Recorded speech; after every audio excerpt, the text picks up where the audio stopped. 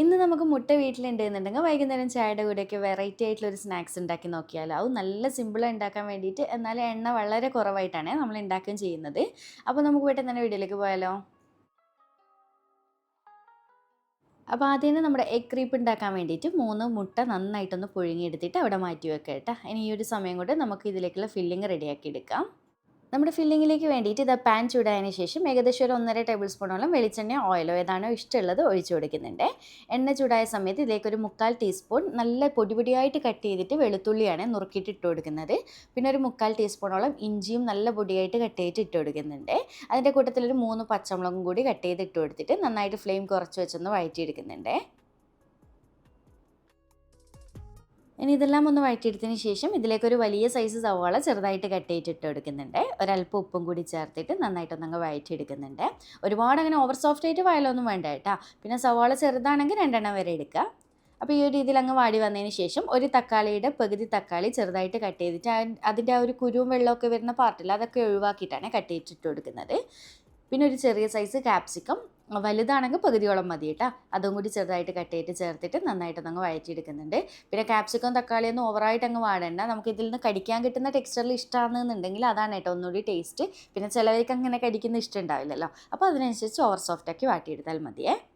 അങ്ങനെ ഇതാ ഈ ഒരു രീതിയിൽ അങ്ങ് വാടി വന്നിട്ടുണ്ട്. ഇനിയിപ്പോൾ ഇതിലേക്കുള്ള പൊടികൾ ചേർത്ത് കൊടുക്കാം.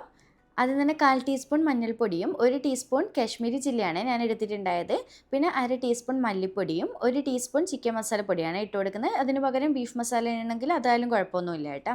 എല്ലാം കൂടി ചേർത്തിട്ട് ഫ്ലെയിം കുറച്ച് വെച്ചിട്ട് വേണേ വഴറ്റിയെടുക്കാൻ വേണ്ടിയിട്ട് അതിൻ്റെ ആ ഒരു പച്ച ടേസ്റ്റ് ഒന്ന് മാറി കിട്ടുന്നവരെ. അപ്പോൾ ഇതുപോലെ വാടി വന്നതിന് ശേഷം ലാസ്റ്റ് ഇതിലേക്ക് 1 ടേബിൾ സ്പൂൺ ടൊമാറ്റോ കെച്ചപ്പ് ചേർത്ത് കൊടുക്കുന്നുണ്ട്. പിന്നെ കൂട്ടത്തിൽ 1.5 ടേബിൾ സ്പൂണോളം മല്ലിയിലയും കൂടി ചെറുതായിട്ട് കട്ട് ചെയ്തിട്ട് ഇട്ട് കൊടുക്കുന്നുണ്ട്. നമ്മുടെ ടേസ്റ്റിനനുസരിച്ച് ഇട്ട് കൊടുക്കുക. എന്നിട്ട് നന്നായിട്ടൊന്ന് മിക്സ് ചെയ്ത് കൊടുത്തതിന് ശേഷം ഫ്ലെയിം ഓഫ് ചെയ്ത് കൊടുക്കാം. നമ്മുടെ ഫില്ലിങ് റെഡി ആയിട്ടുണ്ട്. ഇനിയിപ്പോൾ ഈ ഒരു ഫില്ലിങ് ഞാൻ വേറൊരു ബൗളിലേക്ക് മാറ്റി കൊടുക്കുന്നുണ്ട്. ഈ ഒരു പാനിലേക്ക് ചെറിയൊരു പരിപാടിയും കൂടി ചെയ്തെടുക്കാനുണ്ട്. ഇനിയിപ്പോൾ ഈ ഒരു പാനിലേക്ക് കുറച്ച് ഓയിലോ വെളിച്ചെണ്ണയോ ഒഴിച്ച് കൊടുക്കുക കേട്ടോ. കുറച്ച് മതി, ഒരുപാടൊന്നും വേണ്ട, ഒരു 1-2 ഡ്രോപ്പ് മാത്രം മതി. പിന്നെ ഇതിലേക്ക് 1-2 പിഞ്ച് മഞ്ഞൾ ഇട്ട് കൊടുക്കുന്നുണ്ട്. അതുപോലെ തന്നെ 1/4 ടീസ്പൂണിൻ്റെ പകുതിയായിട്ട് 2-3 പിഞ്ച് മുളക് പൊടി ഇട്ട് കൊടുക്കുന്നുണ്ട്. കാശ്മീരിയാണ് ഞാൻ എടുത്തിട്ടുണ്ടായത്, ഏതായാലും കുഴപ്പമില്ല. പിന്നെ അതുപോലെ തന്നെ 1/4 ടീസ്പൂണിൻ്റെ പകുതിയായിട്ട് കുറച്ച് ചിക്കൻ മസാലപ്പൊടിയും കൂടി ചേർത്തിട്ട് 1-2 പിഞ്ച് ഉപ്പും കൂടി ഇട്ട് കൊടുത്തിട്ട് നന്നായിട്ടൊന്നങ്ങ് മിക്സാക്കി കൊടുക്കുന്നുണ്ട്. അപ്പോൾ ഇതുപോലെ മിക്സാക്കി എടുത്തതിന് ശേഷം നമ്മൾ പുഴുങ്ങി വെച്ചല്ലോ ഫസ്റ്റ് മുട്ട, അത് നേരെ പകുതിയായിട്ട് 1-നെ 2 കട്ട് ചെയ്തെടുത്തിട്ടുണ്ട് ഹാഫായിട്ട്. എന്നിട്ട് അത് ഇതുപോലെ വെച്ച് കൊടുക്കുക, തിരിച്ചും മറിച്ചൊക്കെ ഇട്ട് കൊടുക്കുക. മുട്ടയിൽ ഈ ഒരു മസാല ഒന്ന് പിടിച്ച് കിട്ടണം കേട്ടോ. ചെറിയ രീതിയിലൊന്ന് ഷാലോ ഫ്രൈ ചെയ്തെടുക്കല്ലോ, എന്നാൽ ഒരുപാട് മുരിയാനും പാടില്ല, ഒന്ന് പ്രത്യേകം ശ്രദ്ധിക്കാം. അപ്പോൾ ഇതാ മസാലയൊക്കെ നല്ലപോലെ മുട്ടയിൽ പിടിച്ച് കിട്ടിയിട്ടുണ്ട്. ഇത്രയേ ഉള്ളൂ, കോരി മാറ്റി വയ്ക്കാം. അടുത്തത് ഒരു ബാറ്റർ റെഡിയാക്കി എടുക്കാൻ വേണ്ടിയിട്ട് മിക്സിയുടെ ജാറിലേക്ക് ഒരു മുട്ട പൊട്ടിച്ച് വെച്ച് കൊടുക്കുന്നുണ്ട്. പിന്നെ ഒരു 3/4 കപ്പ് പാലാണ് ചേർത്ത് കൊടുക്കുന്നത്. അതുപോലെ തന്നെ ഒരു 3/4 കപ്പോളം മൈദയും കൂടി ഇട്ട് കൊടുക്കുന്നുണ്ട്. പിന്നെ കുറച്ച് ഉപ്പും കൂടി ചേർക്കുന്നുണ്ട്. പിന്നെ ഒരു 3/4 ടേബിൾ സ്പൂൺ മുതൽ 1 ടേബിൾ സ്പൂൺ വരെ അടുത്തായിട്ട് ഓയിൽ ഒഴിച്ച് കൊടുക്കുന്നുണ്ട് കേട്ടോ. സൺഫ്ലവർ ഓയിലാണ് എടുത്തിട്ടുള്ളത്.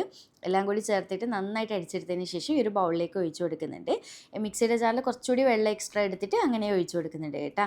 ഈ ഒരു മാവ് എന്ന് പറയുന്നത് ഓവർ ലൂസും ആവരുത്, എന്നാൽ ഓവർ തിക്കും ആവരുത്. നമുക്ക് പാനിൽ കോരി ഒഴിക്കാൻ പാകത്തിനുള്ള ആ ഒരു ലൂസിൽ വേണം കേട്ടോ മാവ്. അപ്പോൾ ഇത്രയേ ഉള്ളൂ, മാവ് റെഡി ആയിട്ടുണ്ട്. ഇനിയിപ്പോൾ ഇതാ ഞാനൊരു നോൺ സ്റ്റിക്കിൻ്റെ പാനാണ് വെച്ച് കൊടുത്തിട്ടുള്ളത്. പാൻ നല്ലപോലെ ചൂടായതിന് ശേഷം ഇതുപോലെ ഒരു സ്പൂണോ എത്രയാണോ നിങ്ങളുടെ ആ ഒരു ക്രീപ്പിൻ്റെ വലുപ്പം അതിനനുസരിച്ചുള്ള മാവ് ഇതുപോലെ ഒഴിച്ചു കൊടുക്കണം കേട്ടോ. ഒരു സൈഡ് കൂടി ഒഴിക്കുമ്പോൾ തന്നെ ചുറ്റിച്ചെടുക്കണം, അല്ലാതെ സ്പൂണ് കൊണ്ട് ചുറ്റിക്കാൻ പാടില്ല കേട്ടോ. ഇങ്ങനെ കോരി ഒഴിക്കുന്ന ആ ഒരു രീതിയിൽ തന്നെ വേണേ, പ്രത്യേകം ശ്രദ്ധിക്കുക. ഇനിയിപ്പോൾ മുകൾ ഭാഗം നന്നായിട്ട് ആറി വരും. ഒരു ലോ ടു മീഡിയം ഫ്ലെയിമിൽ വെച്ചിട്ട് കുക്ക് ചെയ്തെടുത്താൽ മതി. അപ്പോൾ തന്നെ പെട്ടെന്ന് തന്നെ എടുക്കുക കേട്ടോ. തിരിച്ചിട്ട് കൊടുക്കേണ്ട ആവശ്യമൊന്നുമില്ല, ആ ഒരു സമയം കൊണ്ട് തന്നെ കുക്കായി കിട്ടിക്കോളൂ. അപ്പോൾ ഇതുപോലെ കണ്ടില്ല, സൈഡൊക്കെ ഒന്ന് ഇളകി വരും. ആ സമയത്ത് തന്നെ നമുക്ക് പാനിൽ നിന്ന് എടുക്കുക കേട്ടോ. ഇത്രേ പരിപാടിയുള്ളൂ. അപ്പോൾ ഇതുപോലെ നേരെ ക്രീപ്പായിട്ട് തന്നെ ചുട്ടെടുക്കണേ, അപ്പോഴേ ഒരു സ്നാക്ക് കഴിക്കുമ്പോൾ ടേസ്റ്റ് ഉണ്ടാവുക. ഇനിയിപ്പോൾ എന്താ ചെയ്യേണ്ടതെന്ന് വെച്ചാൽ ബാക്കിയുള്ളത് മൊത്തത്തിൽ ഇതുപോലെ ചെയ്തെടുക്കാം. അപ്പോൾ നമ്മൾ റെഡിയാക്കി വെച്ചിട്ടുള്ള ക്രീപ്പ് ഒരു പ്ലേറ്റിലേക്ക് വെച്ച് കൊടുത്തിട്ട് അതിലേക്ക് കുറച്ചൊരു 1-1.5 സ്പൂണോളം ഫില്ലിങ് വെച്ച് കൊടുക്കുക. മുട്ട ഇതുപോലെ നമ്മൾ ഫ്രൈ ചെയ്ത് വെച്ചല്ലോ അതും കൂടി വെച്ച് കൊടുക്കാം. എന്നിട്ട് ഇതുപോലെ ഒരു സൈഡ് ഒന്ന് ഫോൾഡ് ചെയ്ത് കൊടുക്കാം. എന്നിട്ട് നമ്മൾ റെഡിയാക്കി വെച്ചിട്ടുള്ള ആ ഒരു ബാറ്ററില്ല, അതിൽ നിന്ന് തന്നെ കുറച്ച് ഇതുപോലെ ബ്രഷിലെടുത്തിട്ട് ജസ്റ്റ് ഒന്ന് ബ്രഷ് ചെയ്ത് കൊടുക്കുക കേട്ടോ, അവിടെ ഒട്ടിക്കിട്ടാൻ വേണ്ടിയിട്ടാണ്. അപ്പോൾ ഇതുപോലെ നേരെ ഓപ്പോസിറ്റ് സൈഡ് ഫോൾഡ് ചെയ്യുക. അങ്ങനെ എല്ലാ സൈഡും ഫോൾഡ് ചെയ്ത് ചെയ്ത്. അപ്പോൾ ഓരോ സൈഡിൽ വേണമെന്നുണ്ടെങ്കിൽ ഇതുപോലെ മൈദയുടെ ആ ഒരു മിക്സില്ലേ അതൊന്ന് ബ്രഷ് ചെയ്ത് കൊടുക്കണേ. നമ്മൾ റെഡിയാക്കി വെച്ചിട്ടുള്ള ആ ഒരു ബാറ്റർ ഇല്ല അതിൽ നിന്ന് തന്നെയാണ് എടുത്തിട്ടുണ്ടായത്. അപ്പോൾ ഇത്രയേ ഉള്ളൂ. എല്ലാതും ഞാൻ ഇതുപോലെ ഫോൾഡ് ചെയ്ത് ഒരു ബോക്സ് രൂപത്തിലാക്കി വെച്ചിട്ടുണ്ട് കേട്ടോ. ഇനിയിപ്പോൾ കാര്യമായിട്ട് പരിപാടിയൊന്നുമില്ല.